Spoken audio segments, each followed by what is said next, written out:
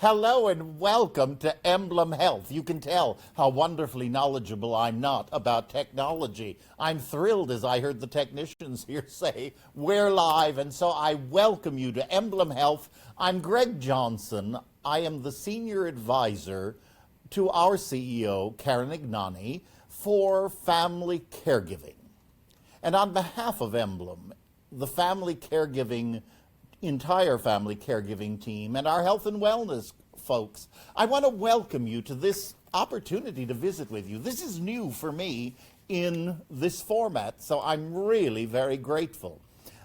I've been asked to talk with us today about emotional balance in our lives as family caregivers. But before I begin that portion, I always like to have a moment just to level the playing field, because there's so many terms in the world of family caregiving that vary greatly. And I'd just like us all to be using the same terms for the point of this conversation.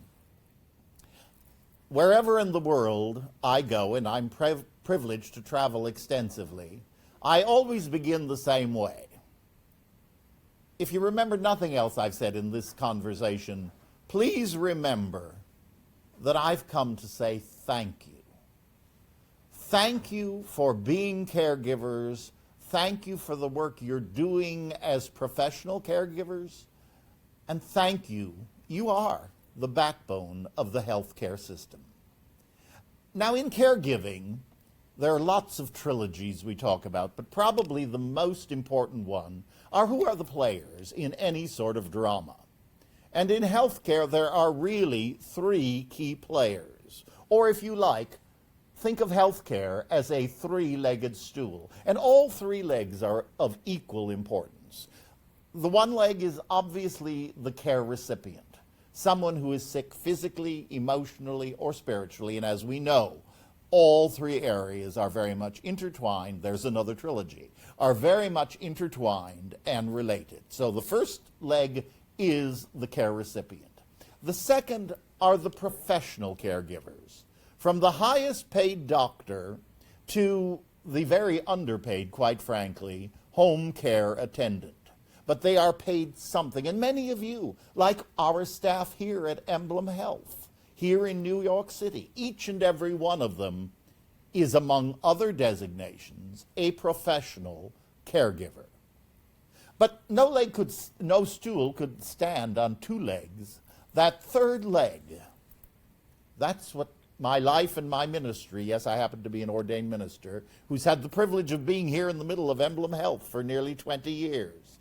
But that third leg is the key.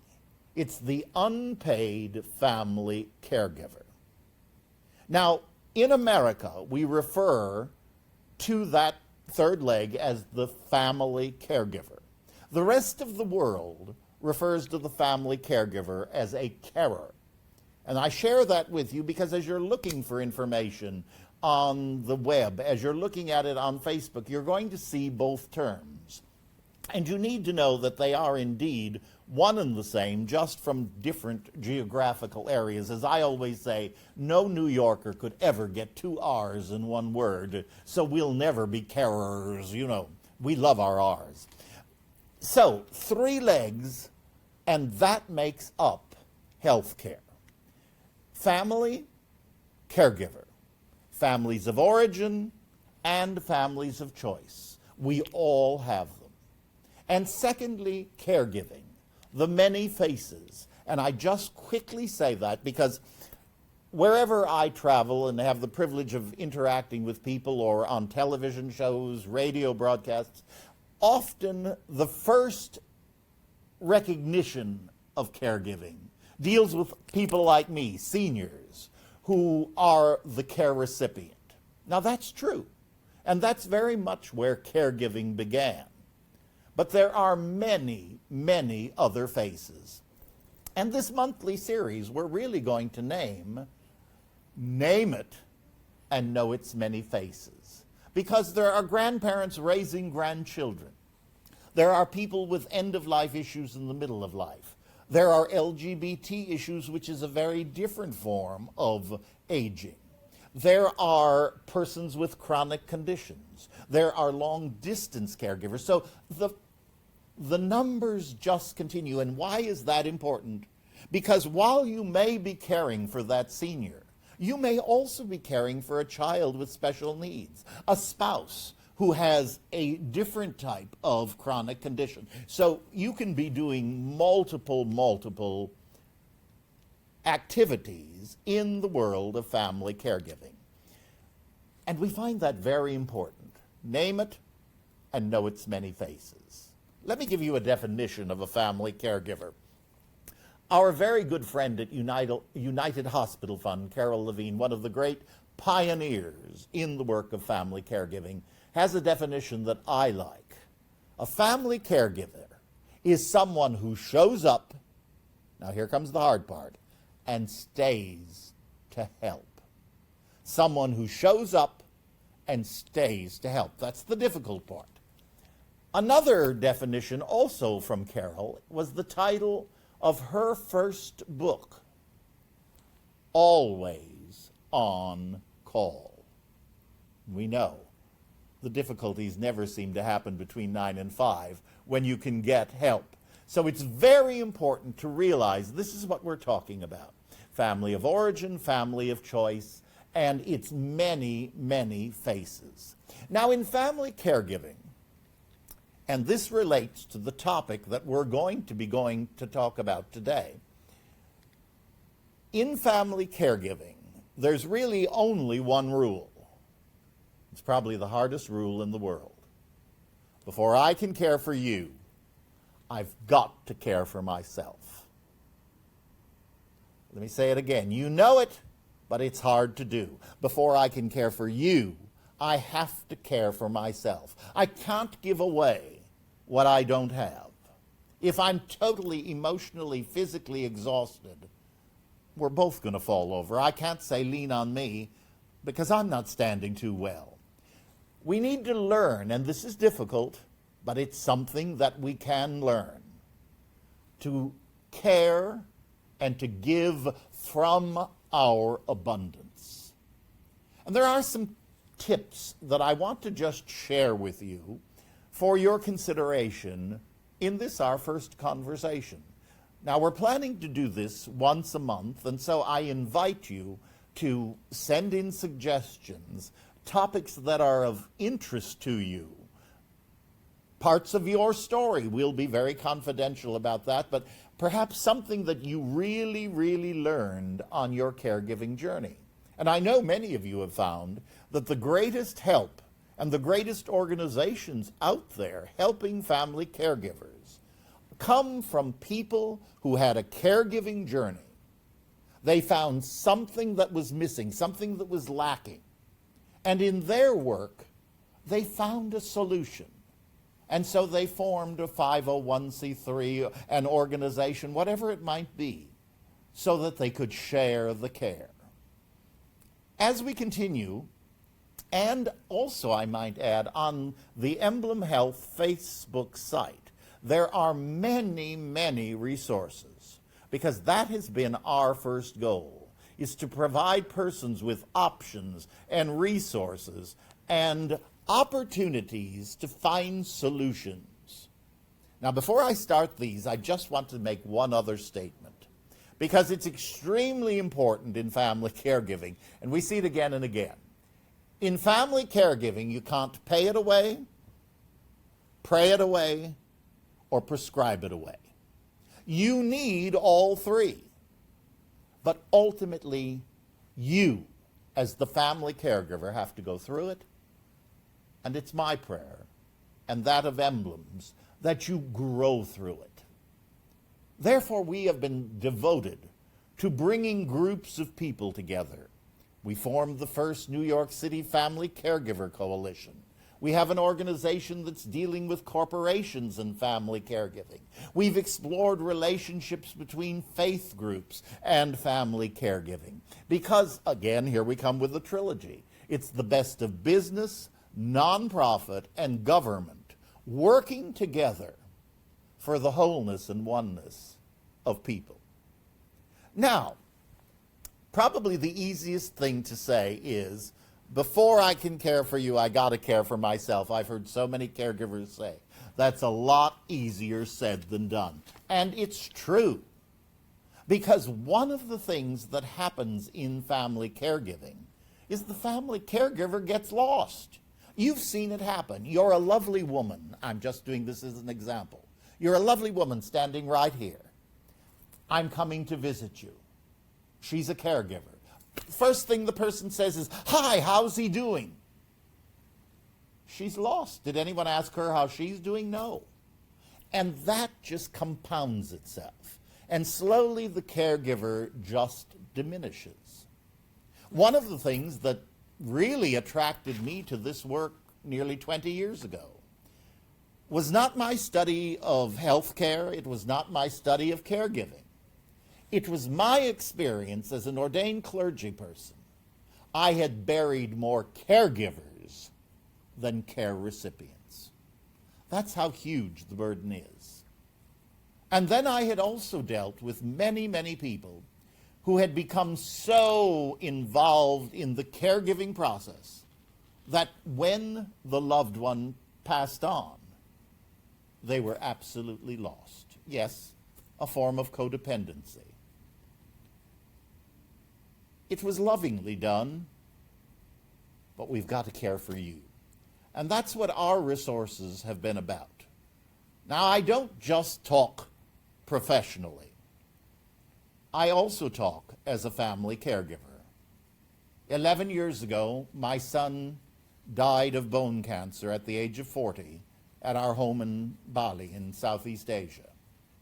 6 years ago, my husband of 41 years died of cancer, and only recently, my father at 87 passed away. So I've had many journeys in many cultures, and I've been very aware. I may be a trained theologian, minister. It was very difficult. Emotionally, physically, mentally. And I needed to address each of those areas so that I could be well and be ready to serve. This past year, and let me just check with our producers before I go into this part. No questions so far? No questions. Okay, thank you very much. This past year, I had the privilege here in New York, there's a fabulous organization called Healthcare Chaplaincy. And I was invited to write an article for them, pieces of which I want to share with you, and our wonderful technology staff has said this will appear on Facebook, so you'll be able to read it as well. But they'd asked me to write an article focusing on chaplains and healthcare ministries and clergy and teachers and this sort of thing, helping them to remember to care for themselves as they're caring for other caregivers and caring for themselves. Because remember, we often wear many different roles. It's possible to be a care recipient who is also a professional caregiver and serving as a family caregiver. I know of many, many such cases. Now, I guess the ultimate relaxation would be we'd all pack up and go back home to Bali and just have a very relaxing time. Well, somehow that isn't something we can do that easily. But there are things we can do, and some of them are things that we forget about, and that I, too, had to remind myself. Greg, slow down. You're not the divine, you're the messenger. You're the hands, the feet, but you got to care for yourself. And so in doing that,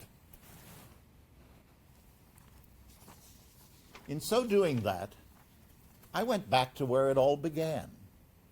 And many teachers of wellness will tell us the same thing. Our lives began with breaths, breathing, spirit. And yet, it's the one thing we forget. How rich and valuable. And it doesn't take a lot of time. You don't need to go to a special yoga room. Wherever you are, you can, like now, take a breath and hold it. Then release. And release.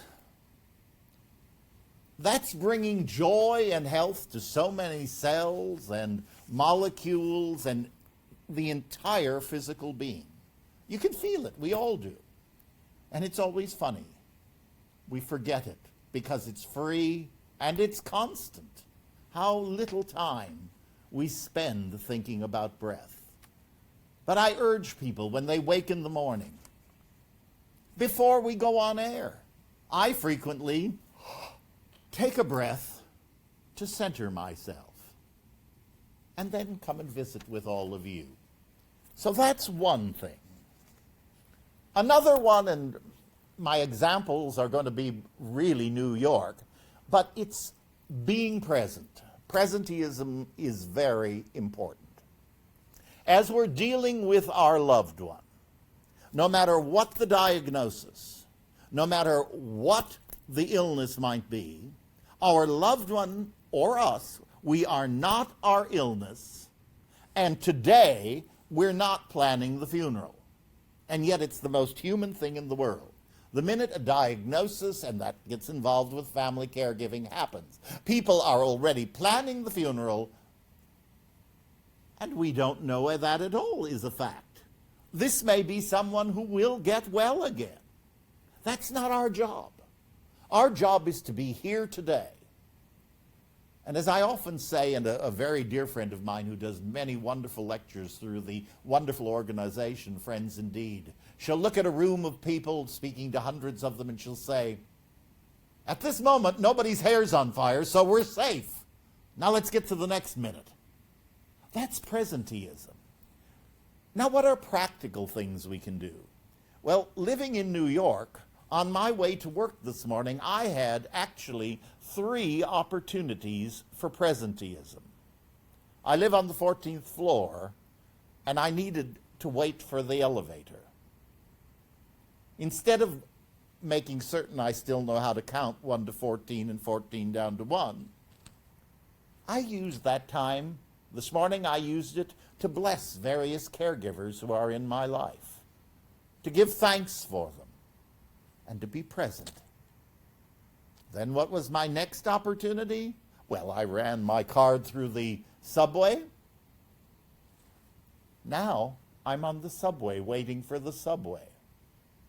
And rather than sitting and watching all the drama of New York City, I again chose to go within, to refresh, to take some more breaths, even down there. And then I arrived here at the office.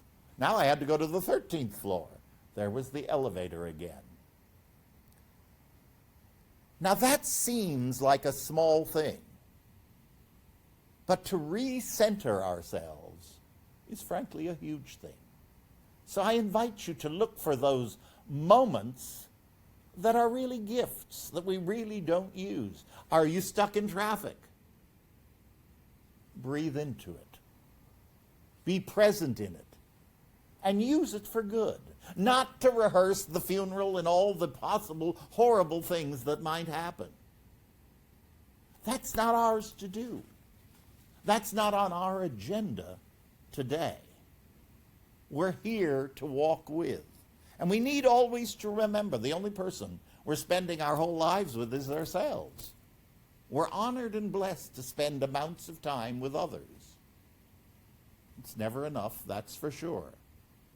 But it's precious, the time that we have. And so that's an important thing for us to remember.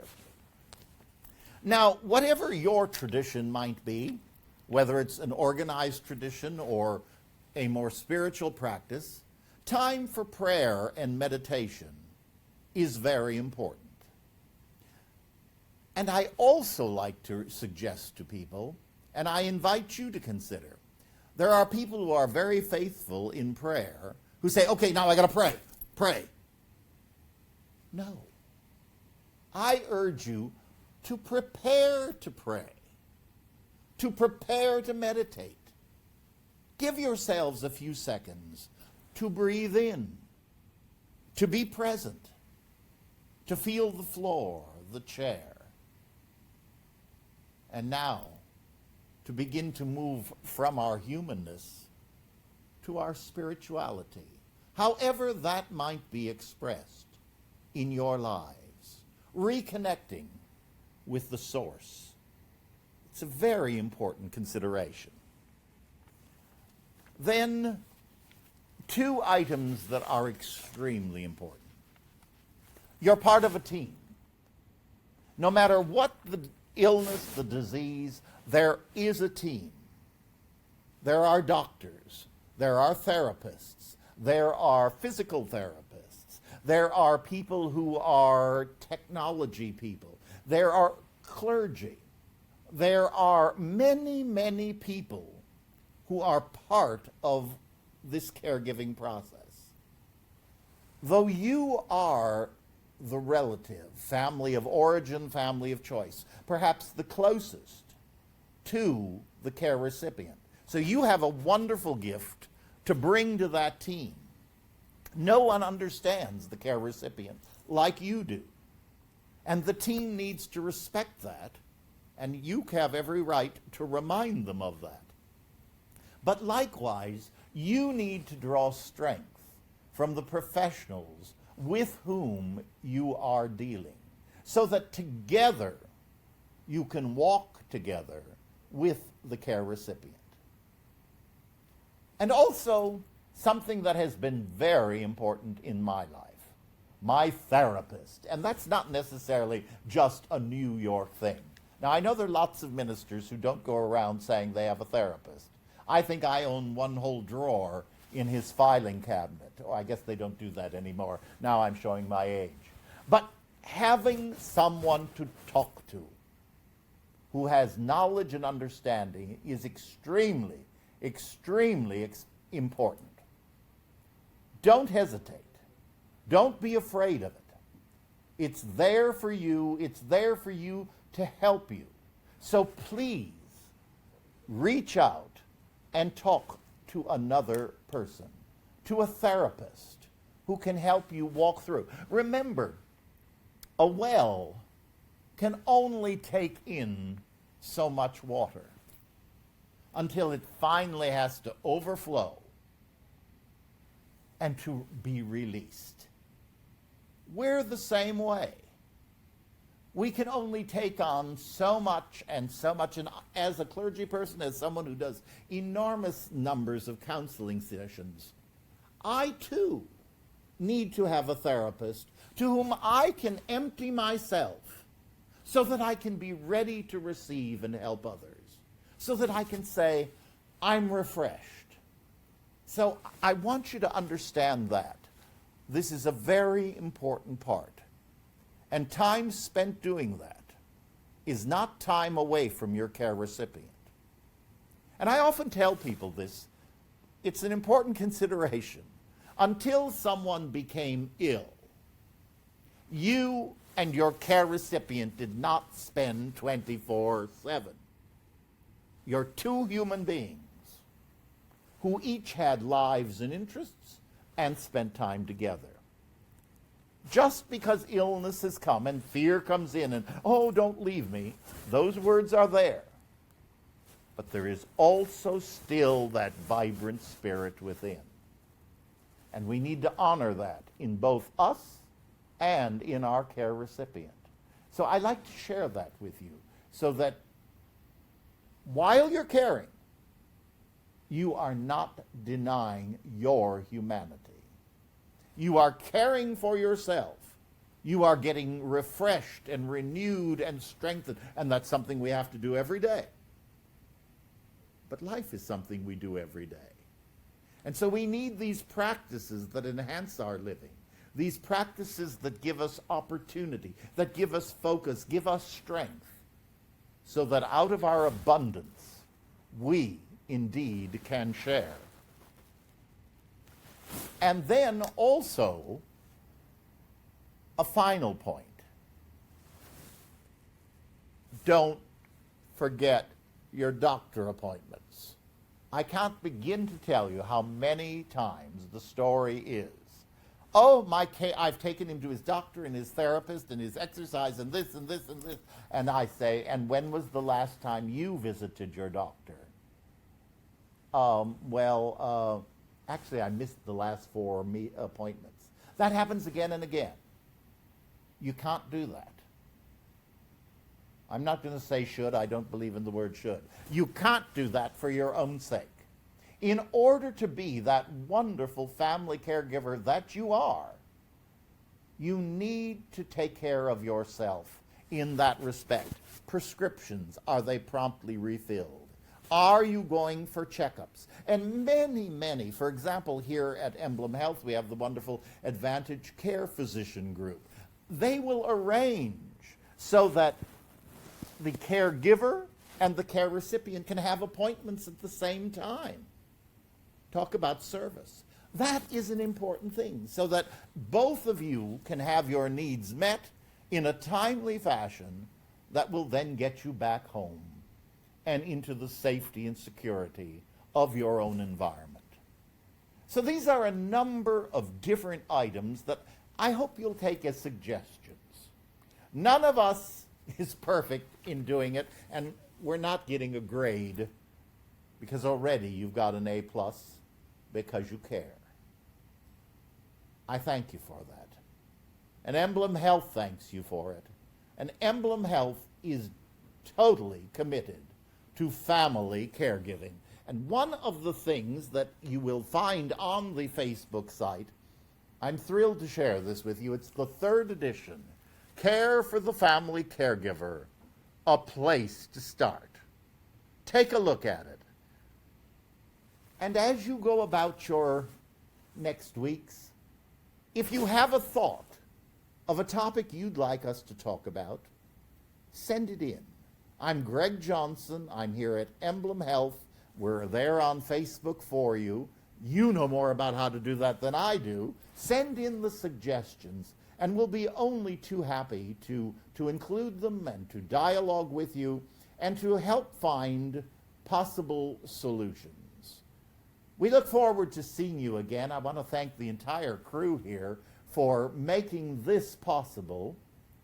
And please, name it and know its many faces. Thank you so much